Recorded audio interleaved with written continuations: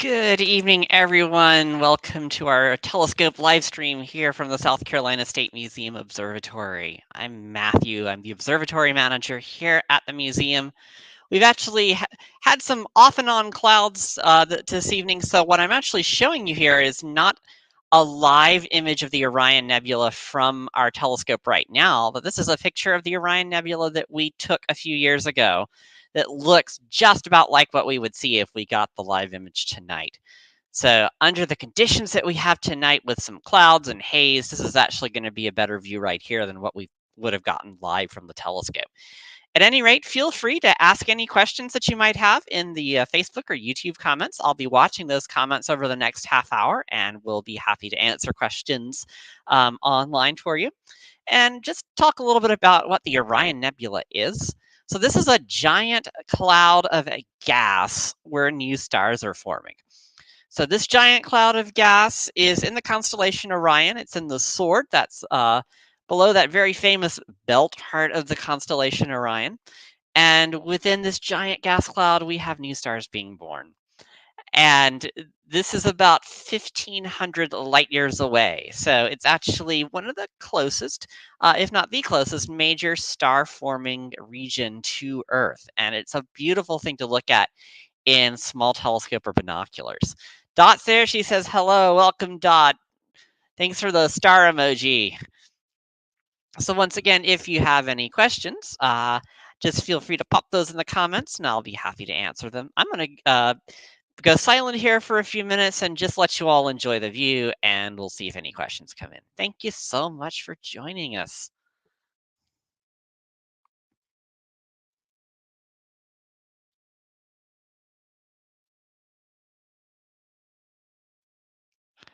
Chris says only 1,344 light years away.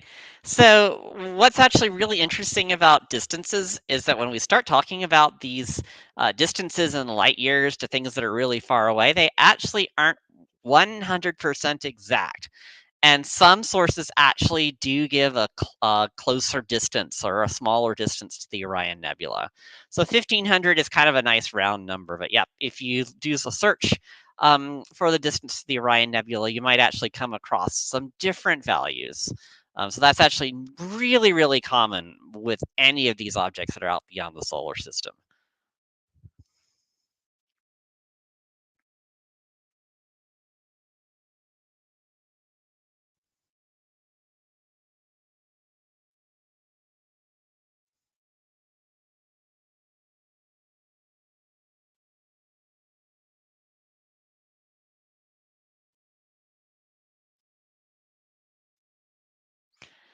Joseph asked, I enjoy stargazing. What size telescope would you recommend for a semi-beginner?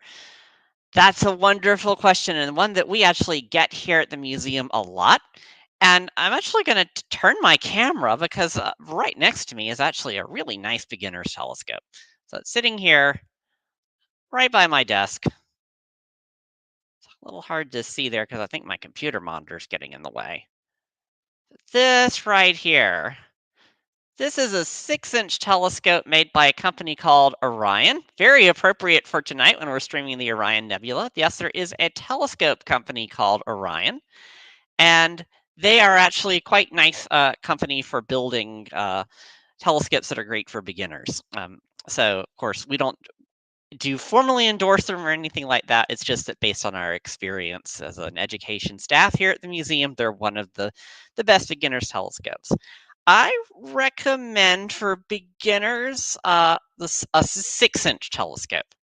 So like if you go to the Orion website, it's actually telescope.com. I'll put that in the comments here. And look for their 6-inch Dobsonian reflectors. Those are actually very nice telescopes for beginners.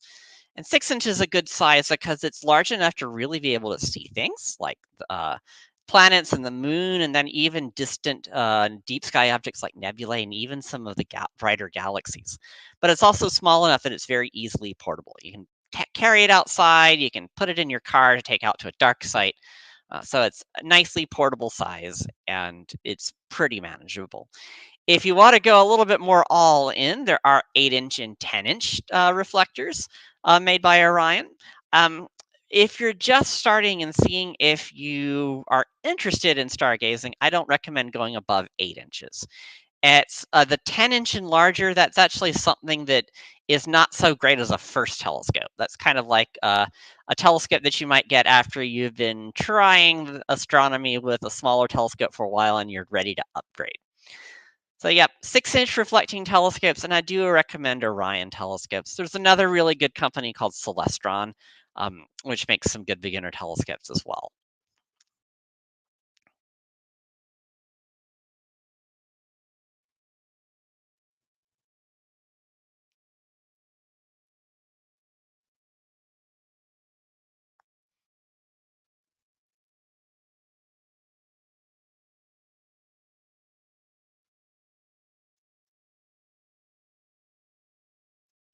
Thanks for your question, Joseph.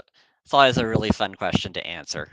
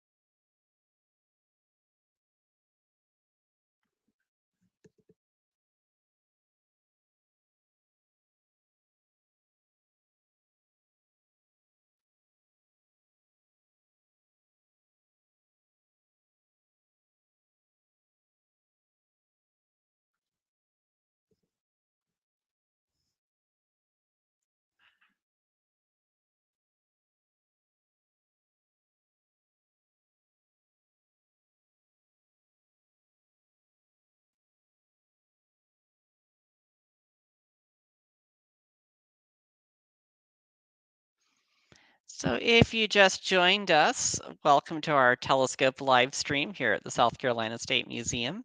Very frustratingly, the clouds look like they cleared up a bit, like 10 minutes before we were supposed to start. So I noticed that and didn't have time to actually set up the telescope. We have been having some off and on clouds all day and afternoon and then now into the evening. So because of that, this is actually a picture of the Orion Nebula that we took a few years ago, and it's a very similar view to what we would see live tonight. So the Orion Nebula is a giant cloud of gas where new stars are forming.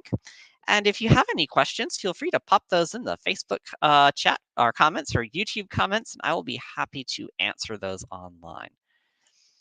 Is there scheduled public visits on special night gazing at the museum? So the observatory here at the museum is open for daily solar viewing in the daytime. So in the daytime, we can look at the sun. We're open pretty much every day the museum is open. Um, and usually it's hours that are a little bit, they're not full hours, they're usually like 12 to 5, 12 p.m. to 5 p.m. So we do have daily solar viewing hours. You don't need an extra ticket to get into the observatory. It's included in your general admission. And we actually also do occasional evening programs. Our next evening public program is on May 26th. That is a member astronomy night. And to come to that program, you do need to be a museum member. And you can actually go online to the museum's website, and there's info on how to become a member. I'll actually put the link in the Facebook comments for how to become a member. So just a second, let me pop that up for you.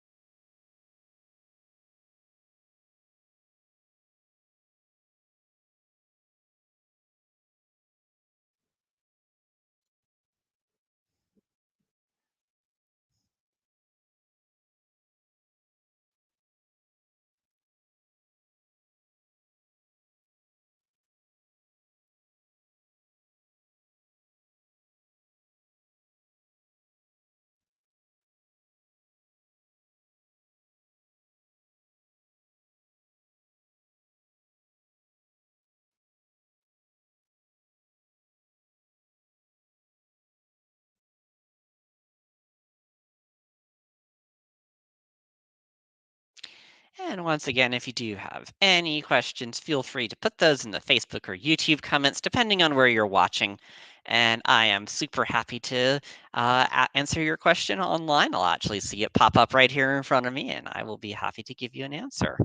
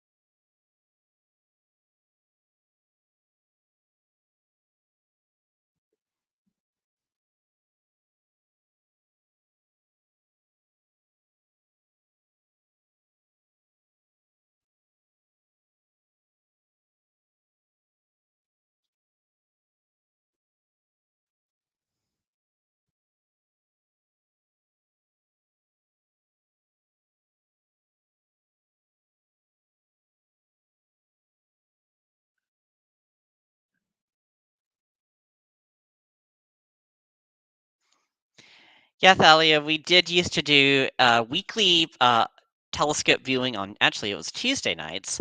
And we had to stop that with the COVID pandemic. And we also have the challenge that to have the observatory open, we have to open the entire building. And that's actually fairly staff intensive. So post-COVID, we're actually moving more in the direction of special events like member nights with the observatory, and then things like incorporating the observatory in some of our other events, like we had it open for our Amore Valentine's Day event last Tuesday. So we are moving more towards having the observatory open less often, but for bigger events with more going on. So again, check the museum website. I do encourage you to become a member. We have that May 26th member night coming up.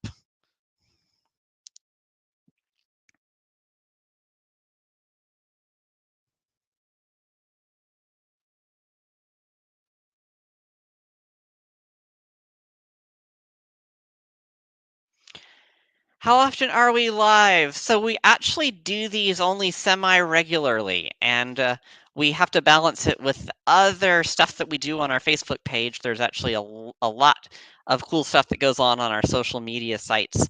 So we don't have a scheduled date for the next live stream yet, but again, watch the museum website, and that will tell you when. Museum website, and really actually also Facebook page.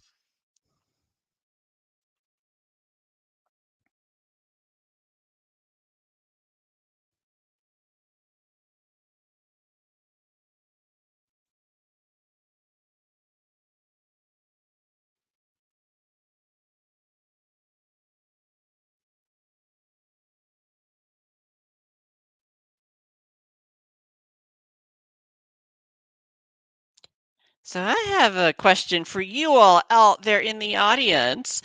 So the Orion Nebula is roughly 1,500 light years away, give or take a little bit.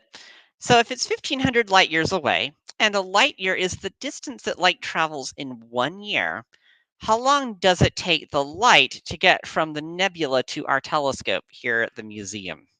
Feel free to take a stab and post those in the comments. And if you have no clue, that's totally fine. That's actually kind of part of the fun to not know what the answer is. So if you want to take a stab at that, pop that in the comments. Again, if the Orion Nebula is 1,500 light years away, that's about how far it is away, give or take. A light year is how far light travels in 1 year, or about 6 trillion miles.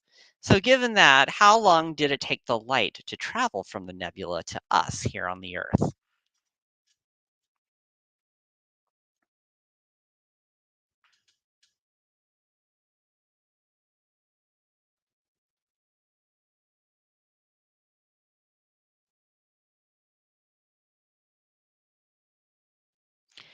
We have a no clue answer. I love no clue answers. I actually will ask this question with our in-person guests, and they'll sometimes look at me like, I am so confused right now and have no clue. And you know what? That's totally okay.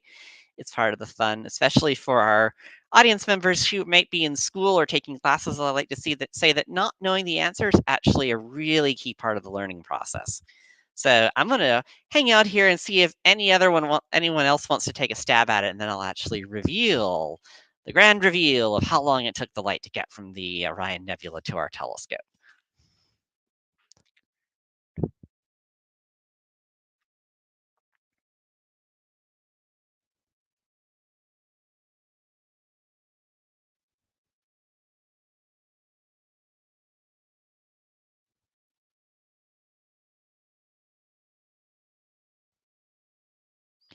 All right, give you a hint.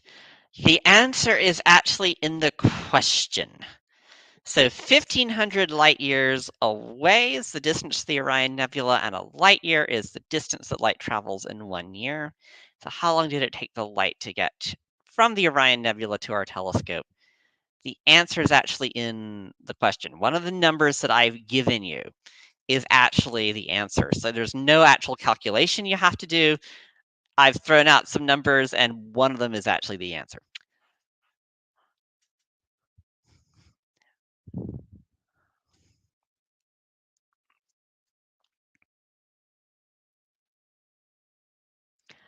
Joseph says 15 years. All right, we got one guess out there.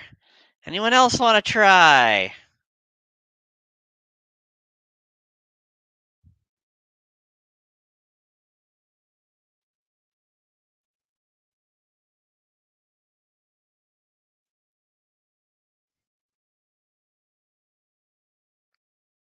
Anyone else want to try taking a stab at this before I do the grand reveal?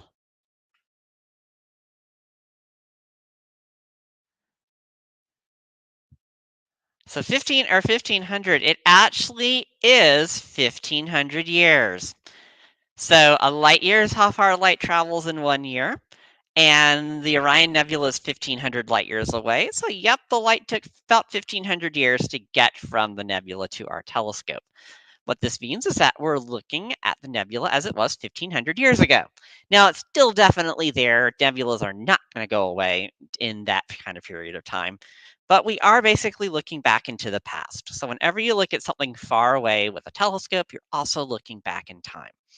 Now, where this really gets significant is if we're looking at things that are really far away. So, like, let's say we're not looking 1,500 light years away. Let's say we're looking at something that's like 500 million light years away. So if we're looking at a distant galaxy that's 500 million light years away, that means we're actually looking 500 million years into the past. So you can think of a telescope as like a cross between a spaceship and a time machine.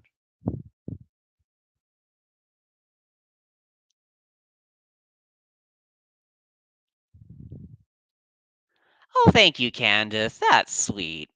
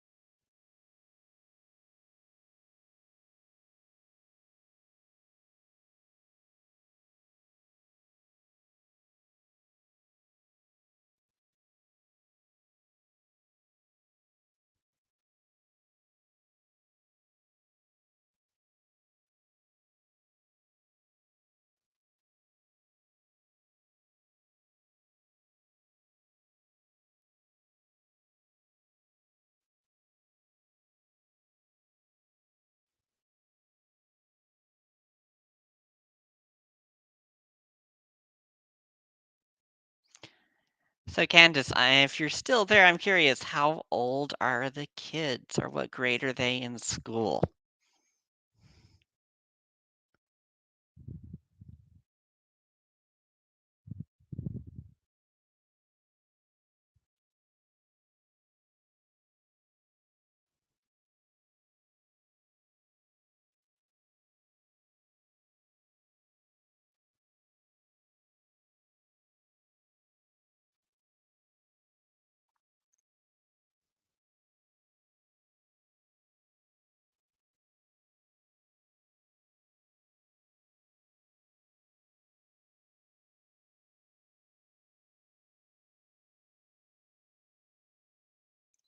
That's sweet, Candace. Thank you so much.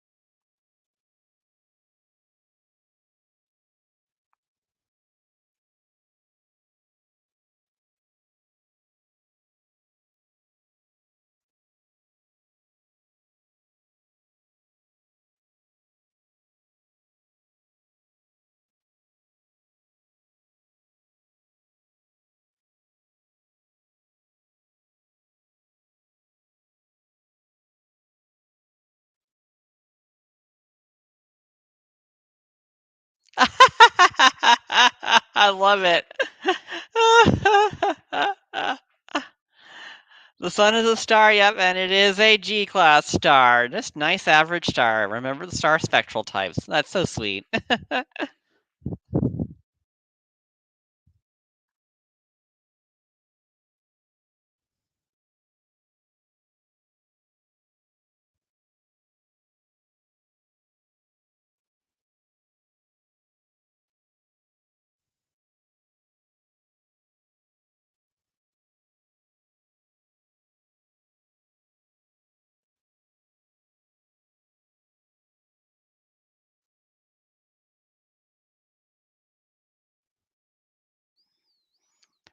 So, if you just joined us, we're going to be live for about another 5 minutes. This is actually a picture that we took in the past of the Orion Nebula from our telescope here at the South Carolina State Museum. I was hoping to show it to you live, but the sky decided to clear up a bit after being cloudy and hazy all afternoon and into the evening. It decided to clear up like about 10 minutes before we were supposed to go live, which doesn't give me enough time to set up the telescope. So we have this image here that's very similar to what we would have seen if I were able to show you a live view. So this nebula is a giant cloud of gas and dust. It's in the constellation Orion. And inside this really colorful gas and dust cloud, new stars are forming. So you can think of it as like a star nursery.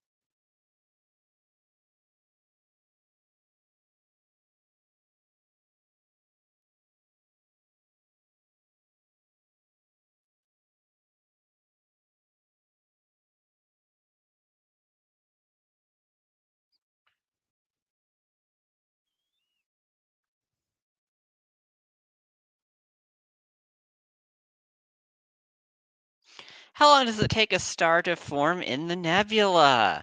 So it actually takes a while. So stars actually can take a few million years to actually form for all of that gas and dust to gather and to contract down into one small enough and tight enough sphere for the nuclear fusion to turn on in the core. So it's actually not a fast process. It's actually a really slow process.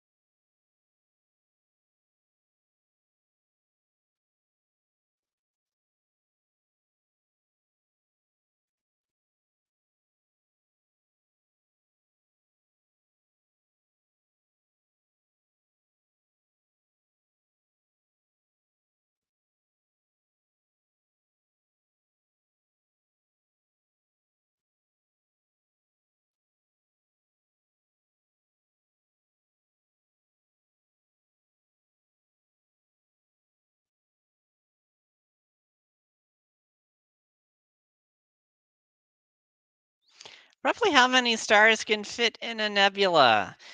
So there are a couple of different ways to think about that. So this nebula again is 1500 light years away, but it's also about 24 light years across.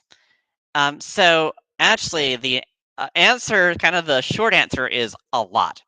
So what's ultimately going to happen is as this nebula continues to form stars, all that gas that you see that in that gas cloud is actually going to get incorporated into stars, and we're going to end up with a star cluster. So there'll probably be a few hundred stars that are ultimately formed from this nebula, at least.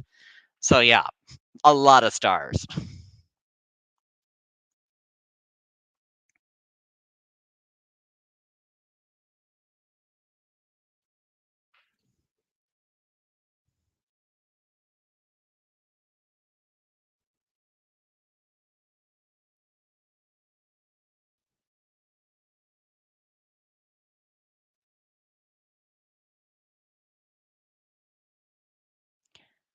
All right. Well, we're right up to time, and we don't have a date for a next live stream yet. So just keep an eye on our Facebook page and museum website. We also encourage you, if you can, to come visit us in person. Again, the observatory is open every day, usually starting at noon.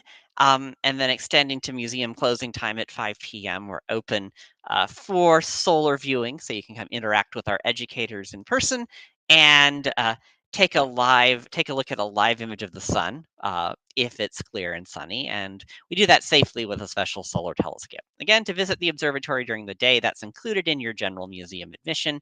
You don't need an extra ticket to come up to the observatory. So we hope to see you either online or in person soon, and thank you so much for joining us. You all have just a wonderful evening. Thanks for all the great questions and interaction in the comments, and we'll see you later.